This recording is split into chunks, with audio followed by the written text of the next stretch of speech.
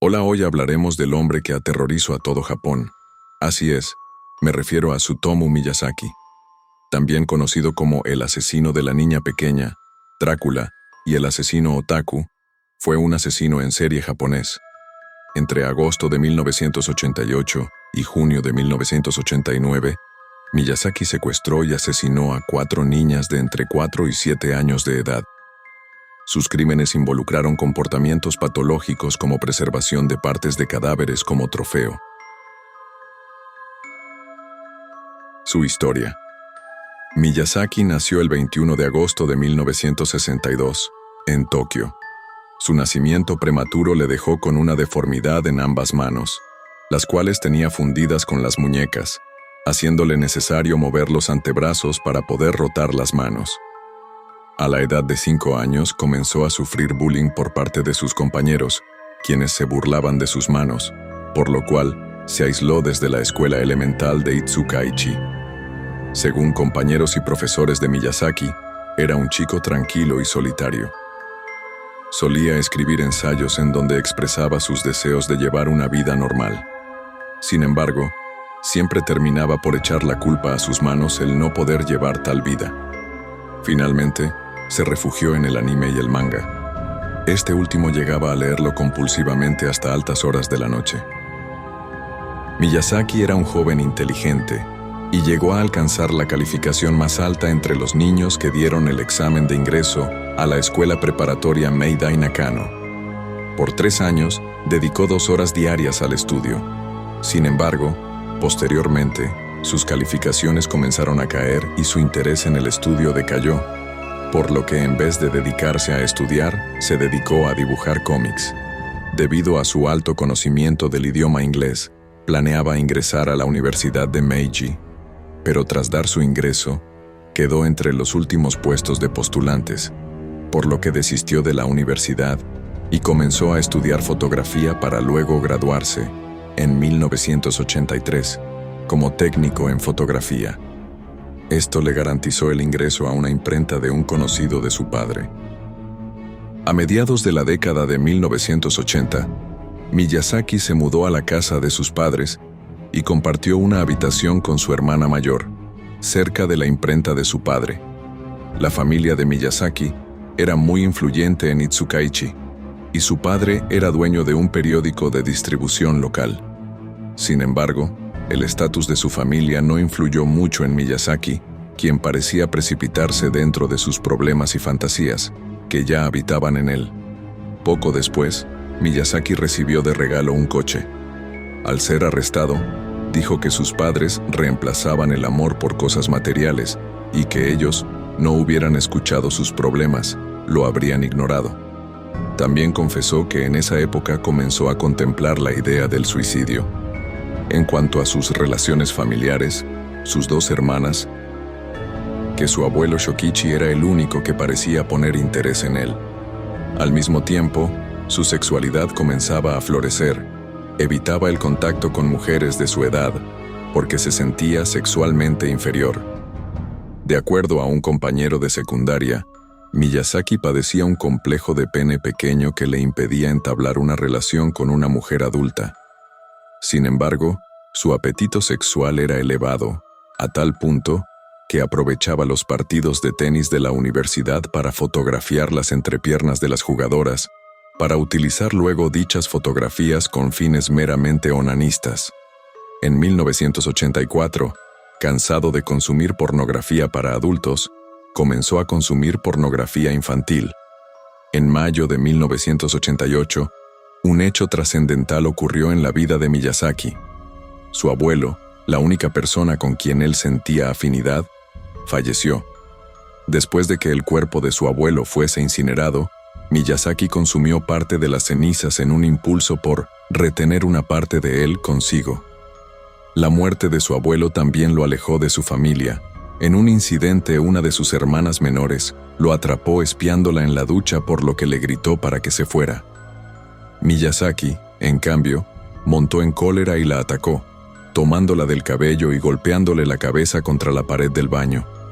También agredió a su madre, quien cuando se enteró del incidente, le reclamó que pasara más tiempo trabajando que mirando anime, Su vida como asesino en serie. En la tarde del 22 de agosto de 1988, Mari Kono, de 4 años de edad, desapareció después de salir a jugar con una amiga. Tras no encontrarla, su padre la reportó como desaparecida a la policía de Tokio. Mari Kono había sido engañada por Miyazaki, quien le ofreció un paseo en su Nissan Langley negro. Miyazaki condujo hacia el oeste de Tokio y detuvo el coche debajo de un puente, en un sendero boscoso. Allí, Miyazaki se sentó junto a la niña durante media hora antes de asesinarla. Tras cometer el crimen, desnudó el cuerpo y abusó sexualmente de ella. Después, tomó las ropas de la niña y regresó a su coche. El 3 de octubre de 1988, Miyazaki conducía con su coche por una carretera de la prefectura de Saitama cuando se topó con Masami Yoshizawa, de 7 años de edad. Después de convencer a la niña para dar un paseo, Miyazaki condujo a la misma zona boscosa donde había asesinado a Mari Kono. Allí, y en un arrebato asesino, atacó por detrás a la niña y la asesinó. Nuevamente, abusó sexualmente del cuerpo, tomó las ropas y se escapó en su coche. El 3 de octubre de 1988, Miyazaki conducía con su coche por una carretera de la prefectura de Saitama cuando se topó con Masami Yoshizawa, de 7 años de edad. Después de convencer a la niña para dar un paseo, Miyazaki condujo a la misma zona boscosa donde había asesinado a Mari Kono. Allí, y en un arrebato asesino, atacó por detrás a la niña y la asesinó. Nuevamente, abusó sexualmente del cuerpo, tomó las ropas y se escapó en su coche. La policía lanzó una búsqueda masiva para encontrarla.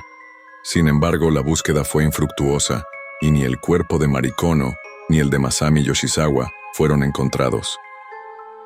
El 12 de diciembre de 1988, Miyazaki asesinó nuevamente, esta vez a una niña de 4 años de edad en la ciudad Kawagoe. La niña era Erika Namba, quien regresaba de la casa de un amigo cuando Miyazaki la secuestró, obligándola a subir al coche. Este condujo hasta un aparcamiento en Naguri. Allí, colocó a la niña en el asiento trasero del vehículo y la obligó a desnudarse para tomar fotografías.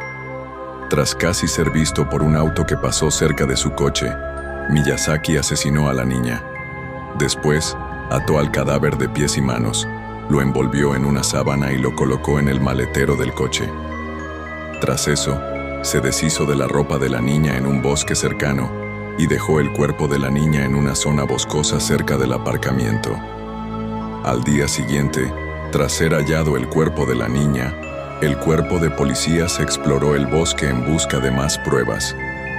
También, la policía supo que tanto la familia de Mari Kono como de Erika Namba habían estado recibiendo llamadas extrañas en el teléfono, así como cartas que hacían alusión al asesinato de las niñas.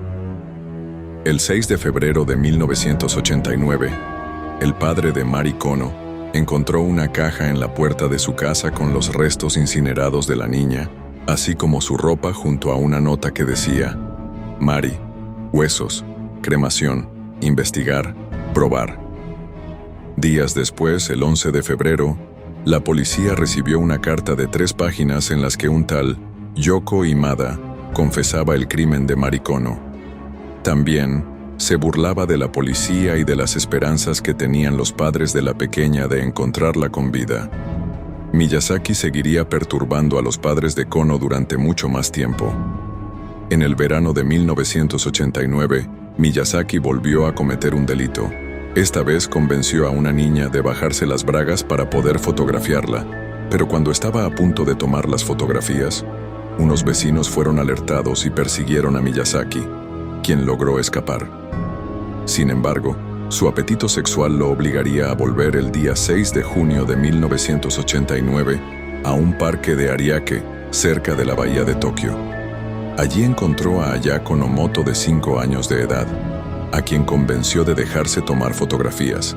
Luego la obligó a subirse a su coche, el cual condujo unos 800 metros antes de asesinar a la niña.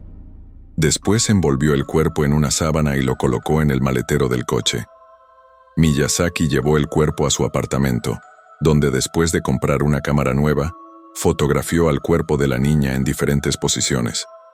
También tomó filmaciones del mismo mientras se masturbaba. Miyazaki pasaría los próximos 2 días con el cuerpo practicando necrofilia, así como tomando fotografías. Torso. Abandonó el torso en los baños de un cementerio y la cabeza en una pradera, mientras que conservó las manos, bebiendo la sangre y comiendo parte de una de ellas. Temiendo. Cuando el olor se hizo insoportable, Miyazaki decapitó el cuerpo, le cortó las manos y el que la policía encontrara los restos. 2 semanas después del crimen, Miyazaki volvió a recogerlos, los cuales llevó a su habitación, donde los escondió hasta que decidió quemar todo rastro, desde las ropas hasta el mismo cadáver. La policía, sin embargo, encontró el torso en el baño del cementerio y lanzó una cacería por el asesino. Estos crímenes tuvieron un profundo impacto en la sociedad japonesa, llevando a un mayor enfoque en la seguridad de los niños y a debates sobre la influencia de los medios violentos en la conducta criminal. Las víctimas y sus familias siguen siendo recordadas como parte de uno de los casos más oscuros en la historia criminal de Japón. En la segunda parte nos vamos a centrar si en verdad atraparon a Tsutomu Miyazaki, mejor conocido como el asesino otaku,